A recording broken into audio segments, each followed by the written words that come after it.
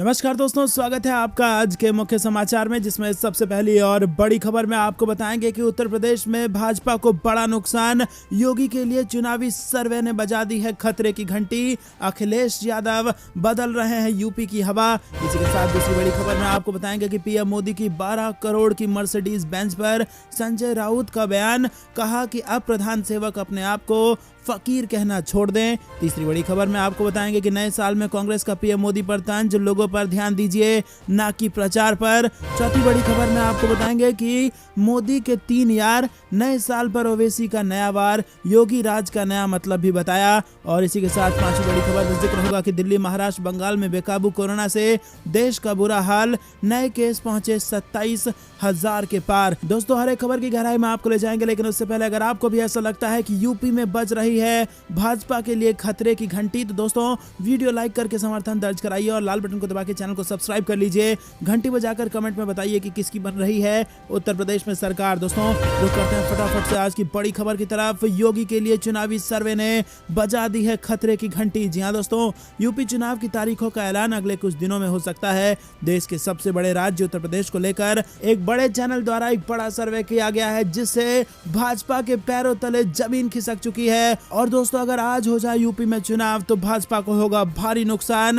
100 का आंकड़ा पार करना भी मुश्किल हो सकता है। जी हां दोस्तों, आपको बता दें कि दावा किया गया था यहां पर कई नेताओं द्वारा यूपी में कि अगर आज चुनाव होंगे तो भाजपा 100 का आंकड़ा भी नहीं छू पाएगी। वो कहीं ना कहीं इस सर्वे के बाद सच होता नजर आ रहा है और यहां पर भाजपा को बड़े नुकसान की संभावना है। वहीं अगर बात की जाए समाजवादी पार्टी की तो प्रचंड बहुमत। जी हां दोस्तों, 403 विधानसभा सीट वाले इस विधानसभा में भारतीय जनता पार्टी के खिलाफ समाजवादी पार्टी को 304 सीटें मिलती नजर आ रही हैं। जी हां दोस्तों, अब की बार 300 पार का जो ऐलान अमित शाह कर रहे थे वो कहीं ना कहीं समाजवादी पार्टी के लिए सच होते नजर आ रहा है अगर आज की स्थिति में चुनाव हुए तो। और जो दोस्तों जो कारण है जिससे जनता नाराज बताई जा रही है, उसमें सबसे बड़ा कारण है महंगाई। जहां दोस्तों पेट्रोल की कीमतें जनता को रुला रही है और इसी के साथ हर चीज में जिस प्रकार से महंगाई है, महंगाई के खिलाफ वोट करते नजर आ सकते हैं उत्तर प्रदेश के वोटर। इसी के साथ भाजपा को बड़ा नुकसान होने की संभावना यहां जताई जा रही है और समाजवादी पार्टी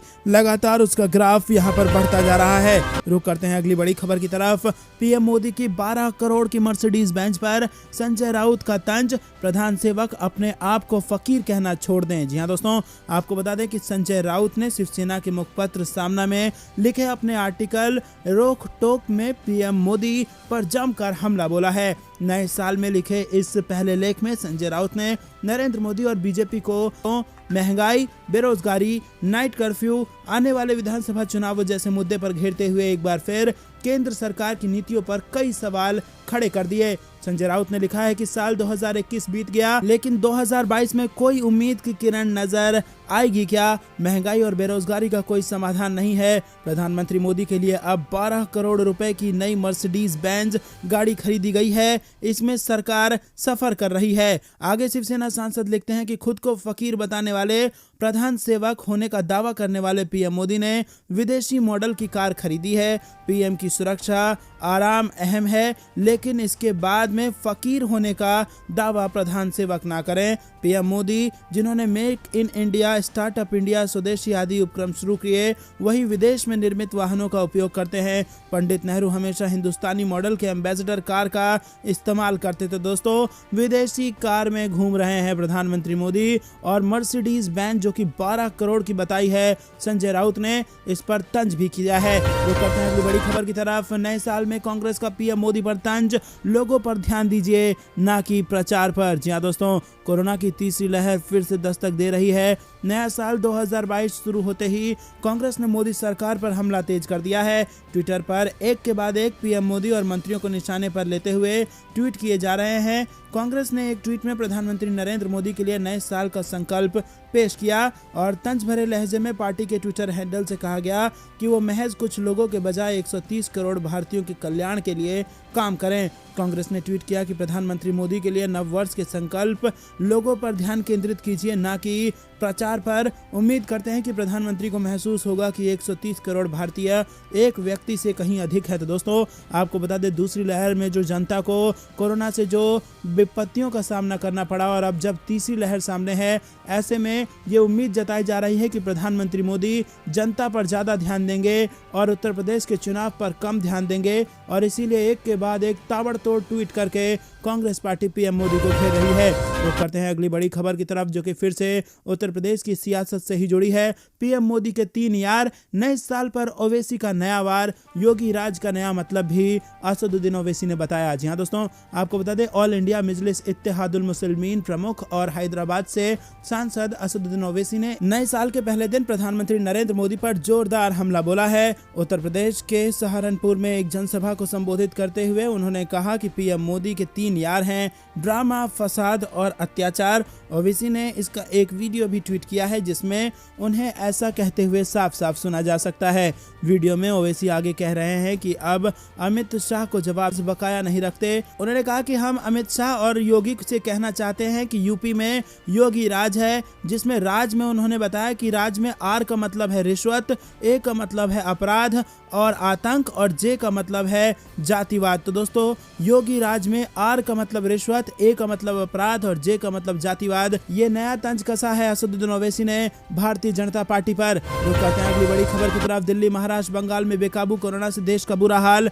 आज नए केस 27,000 के पार पहुंच गए। जी हाँ दोस्तों, देश भर में कोरोना का कहर बढ़ता जा रहा है। हर दिन लगातार केसेस में इजाफा हो रहा है। पूरे देश में कोरोना मामले की संख्या बढ़कर 27,000 के पार पहुंच चुकी है। पिछले 24 घंटे में कुल 27,553 नए मामले दर्ज किए गए हैं। इससे पहले शनिवार को देश के बड़े शहरों में कोरोना की खतरनाक रफ्तार देखी गई है, और इसमें मुंबई से 6347, दिल्ली में 2716 और कोलकाता में 2398 मामले सामने आए हैं। इसके साथ ही नए वेरिएंट ओमिक्रॉन के मामले में भी रफ्तार पकड़नी शुरू हो गई है। पूरे देश की बात करें तो यहाँ पर ओमिक्रॉन मरीजों की संख्या 1525 हो चुकी है, और इसमें भी सबसे ज्यादा मामले महाराष्ट्र में हैं, जहां इनकी संख्या 460 है। तो करते हैं अगली बड़ी खबर की तरफ। प्रधानमंत्री एक पार्टी को दे रहे फायदा, हम पहरेदारी करेंगे, बोले राकेश टिकैत। जी हाँ दोस्तों, आपको बता दें, किसान आंदोलन को समाप्त हुए कई दिन हो चुके हैं, लेकिन किसान नेता राकेश टिकैत के तेवर अभी भी गर्म हैं। किसान नेता राकेश टिकैत ने पीएम मोदी पर निशाना साधते हुए कहा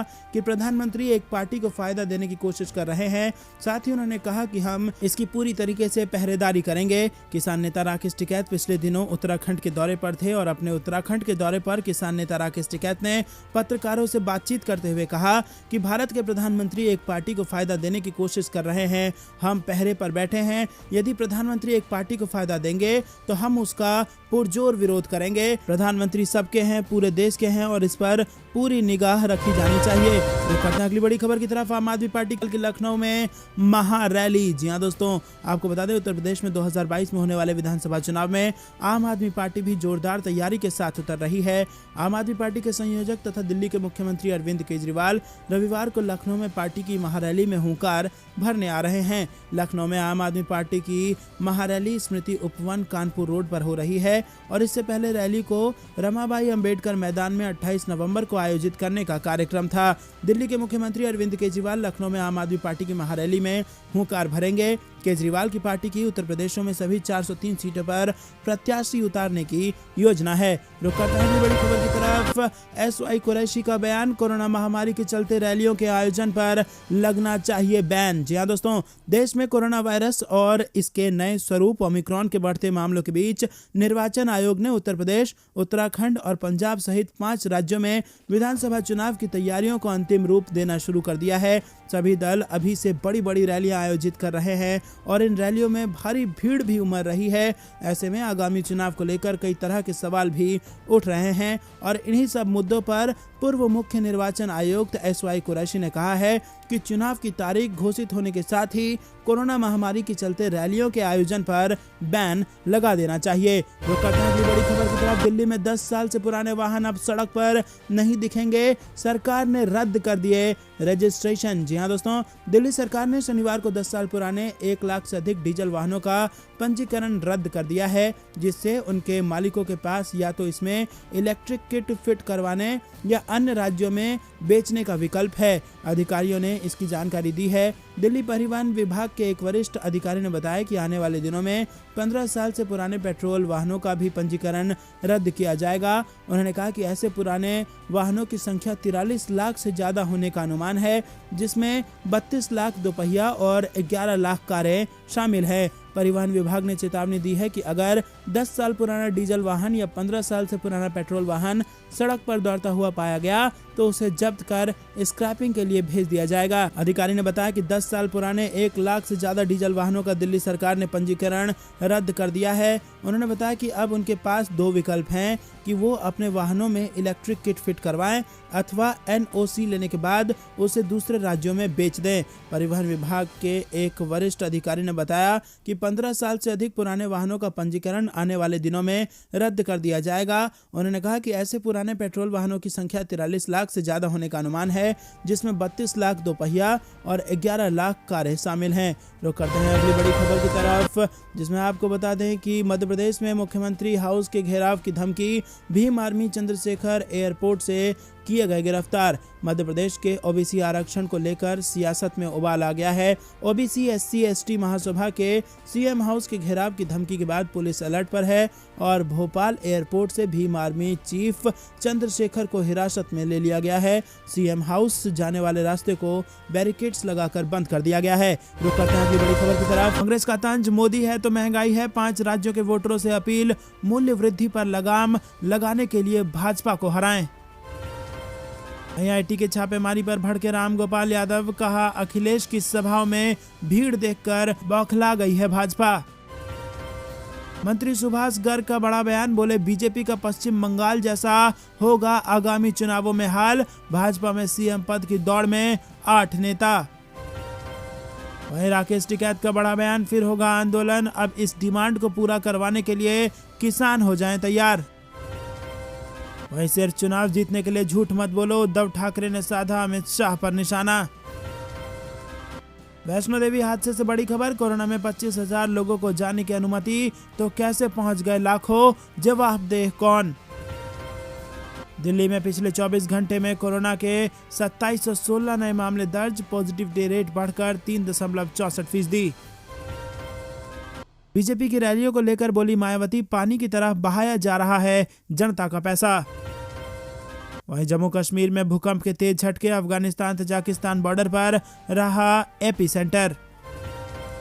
हरिद्वार धर्म संसद मामला, यति नरसिंहानंद और सागर सिंधुराज के खिलाफ भी दर्ज हो गई FIR। दोस्तों सुर्खियों में आगे बने रहिए, लेकिन उससे पहले फिर से आपसे निवेदन, दोस्तों वीडियो लाइक करके अपना समर्थन जरूर दर्ज कराइएगा। स्वामी चिन्मयानंद ने दागा सवाल, क्या योगी सिर्फ मोदी की रैलियों में भीड़ जुटाने के लिए रह गए हैं। जालंधर में बीजेपी ऑफिस का घेराव, बेरोजगार अध्यापक बोले पंजाब सरकार से तो जंग जीत ली, अब दिल्ली में केंद्र सरकार से लड़ेंगे जंग। भाजपा नेताओं पर चली लाठियां, छेड़छाड़ से शुरू हुआ था विवाद, और ये खबर है मुरादाबाद की। वैष्णो देवी में भगदड़, जिंदा बचे लोगों ने खराब इंतजाम को हादसे के लिए ठहराया जिम्मेदार। अखिलेश यादव भगवान परशुराम की पूजा के साथ फूकेंगे राजधानी में चुनावी बिगुल। सपा नेता का बीजेपी नेता अमित शाह पर बड़ा बयान और उनके भाषणों को लेकर कही बड़ी बात। पटना में नए साल पर शराब पार्टी व नशे में हंगामा करते 14 गिरफ्तार, दर्जनों हुड़दंगियों की रात हवालात में कटी। ओमिक्रॉन को लेकर बिहार सरकार अलर्ट, 5 देशों से आने वालों का अब 10 दिन होम आइसोलेशन में रहना होगा जरूरी। कांग्रेस का बड़ा वादा, सरकार बनी तो यूपी में आशा वर्कर को 10,000 मानदेय मिलेगा, पंजाब में भी लगाई वादों की झड़ी। तो दोस्तों ये थी दिन भर कुछ बेहद जरूरी और बड़ी सुर्खियां। आगे की खबर डिटेल में है, हर एक खबर की डिटेल में आपको ले जाएंगे, लेकिन उससे पहले दोस्तों फिर से आपसे निवेदन, लाइक करके समर्थन दर्ज कराना मत भूलिएगा। सबसे पहली बड़ी खबर, कांग्रेस का तंज, मोदी है तो महंगाई है, 5 राज्यों के वोटरों से अपील, मूल्य वृद्धि पर लगाम के लिए भाजपा को हराया जाए। जी हाँ दोस्तों, आपको बता दें कि रणदीप सुरजेवाला ने कहा कि केंद्र सरकार ने हिमाचल व कुछ अन्य राज्यों में उपचुनाव में हार के बाद पेट्रोल व डीजल पर एक्साइज ड्यूटी घटाई थी। उन्होंने वोटरों से कहा कि वो कम दर वाली जीएसटी प्रणाली लाने के लिए अपने मताधिकार का बुद्धिमानी से इस्तेमाल करें। कांग्रेस ने जूते व फूड डिलीवरी समेत कई वस्तुओं व सेवाओं पर जीएसटी बढ़ाने को लेकर शनिवार को मोदी सरकार पर निशाना साधा। पार्टी ने वोटरों से अपील की है कि वो आगामी विधानसभा चुनाव में भाजपा को हराएं ताकि महंगाई पर लगाम लग सके। दिल्ली में प्रेस कॉन्फ्रेंस को संबोधित करते हुए पार्टी प्रवक्ता रणदीप सुरजेवाला ने कहा कि केंद्र सरकार ने हिमाचल व कुछ अन्य राज्यों में उपचुनाव में हार के बाद पेट्रोल व डीजल पर एक्साइज ड्यूटी घटाई थी। उन्होंने वोटरों से कहा कि वो कम दर वाली जीएसटी प्रणाली लाने के लिए अपने मताधिकार का बुद्धिमानी से इस्तेमाल करें। रुक करते हैं अगली बड़ी खबर की तरफ। आईटी छापेमारी पर भड़के राम गोपाल यादव, कहा अखिलेश की सभाओं में भीड़ देखकर बौखला गई है भाजपा। यहाँ दोस्तों, इत्र कारोबारियों पर पड़े इनकम टैक्स विभाग के छापे को लेकर समाजवादी पार्टी के महासचिव राम गोपाल यादव भड़के हुए हैं। उन्होंने इन छापेमारी को लेकर केंद्र सरकार और बीजेपी पर हमला बोला है। उनका आरोप है कि केंद्रीय एजेंसियां यूपी में चुनाव ड्यूटी पर हैं और उन्होंने ये भी कहा है कि बीजेपी सपा अध्यक्ष अखिलेश यादव की रैलियों में उमड़ रही भीड़ को देखकर बौखला गई है। रुक करते हैं अगली बड़ी खबर की तरफ। मंत्री सुभाष गर्ग का बड़ा बयान, बोले बीजेपी का पश्चिम बंगाल जैसा होगा आगामी चुनावों में हाल। जी हाँ दोस्तों, आपको बता दें कांग्रेस सरकार के राज्य मंत्री डॉक्टर सुभाष गर्ग राजस्थान के भरतपुर पहुंचे और सुभाष गर्ग को नई साल की बधाई देने के लिए उनके घर लोगों की भीड़ लग गई। बीजेपी पर निशाना साधते हुए कहा कि बीजेपी में ये नहीं पता कि उनका नेता कौन है।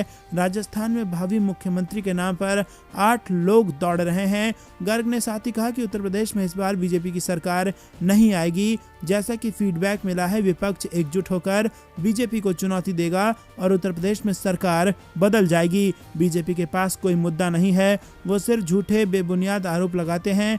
बीजेपी में आपस में ही लड़ाई हो रही है, उन्हें ये नहीं पता कि उनका नेता कौन है। रुक करते हैं अगली बड़ी खबर की तरफ। राकेश टिकैत का बड़ा बयान, फिर होगा आंदोलन और इस डिमांड को पूरा करवाने के लिए किसान हो जाएं तैयार। जी हाँ दोस्तों, यमुनानगर पहुंचे भारतीय किसान यूनियन के राष्ट्रीय प्रवक्ता राकेश टिकैत ने एक और आंदोलन के लिए किसानों को तैयार रहने की बात कही है। टिकैत ने कहा कि अपने हल हमेशा ठीक रखने चाहिए, तभी तो आंदोलन रंग लाता है। उन्होंने कहा कि किसी भी वक्त दूध को लेकर एक नए आंदोलन को लेकर तैयार हैं। किसान से बिना पूछे सरकार ने कोई भी बिल पास किया तो फिर आंदोलन होगा। उन्होंने कहा कि सरकार ऑस्ट्रेलिया से कम कीमत का दूध भारत में लाने की बात कह रही है, जो कि भारत के किसानों के लिए नुकसानदायक है। पंजाब में चुनाव के दौरान गुरनाम सिंह द्वारा पार्टी तैयार करने को लेकर राकेश टिकैत चुटकी लेते हुए उन्होंने कहा कि सभी 4 महीने की छुट्टी पर लोग गए हुए हैं और जब वापस आएंगे तो उनसे पूछेंगे कि इस 4 महीने में उन्होंने क्या किया।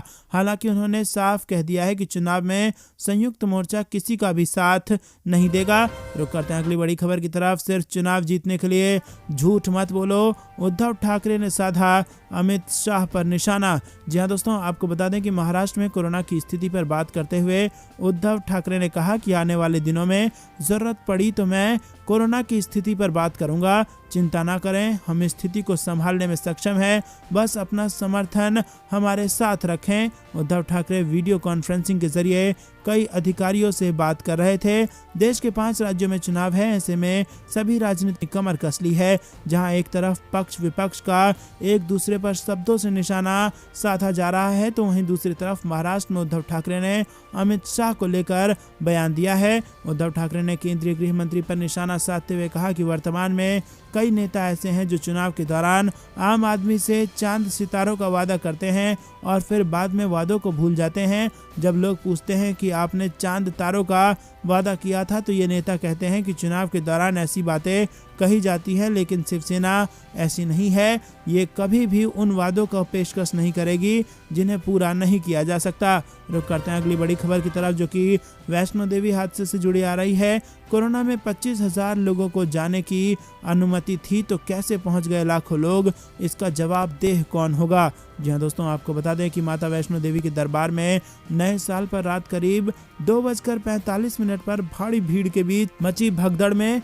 12 श्रद्धालुओं की मौत हो गई है, जबकि 15 अन्य घायल हो गए हैं। मरने वालों में ज्यादातर लोग उत्तर प्रदेश और दिल्ली के हैं। यह हादसा गर्भगृह के बाहर गेट नंबर 3 के पास हुआ। उपराज्यपाल मनोज सिन्हा ने घटना की जांच के आदेश दिए हैं। उधर हादसे के बाद सवाल उठ रहे हैं कि जब कोरोना के कारण 25,000 श्रद्धालुओं को जाने की अनुमति थी तो बेतहाशा भीड़ कैसे पहुंच गई। इस लापरवाही का आखिर जिम्मेदार कौन है। रुक करते हैं अगली बड़ी खबर की तरफ। दिल्ली में पिछले 24 घंटे में कोरोना के 2716 नए मामले दर्ज, पॉजिटिविटी रेट बढ़कर 3.64%। जी हाँ दोस्तों, दिल्ली में कोरोना ने अपनी रफ्तार बहुत तेज कर ली है और यहाँ पिछले 24 घंटे में कोरोना के 2716 नए मामले दर्ज किए गए हैं। इसी हफ्ते के अंदर दिल्ली में पॉजिटिविटी रेट कई गुना बढ़ गई है और अब दिल्ली की सकारात्मकता दर 3.64% पर पहुंच चुकी है। आपको बता दें कि दिल्ली का पॉजिटिविटी रेट 2.44% था। इससे पहले गुरुवार को दिल्ली में 1313 केस सामने आए थे, जो मई 2021 के बाद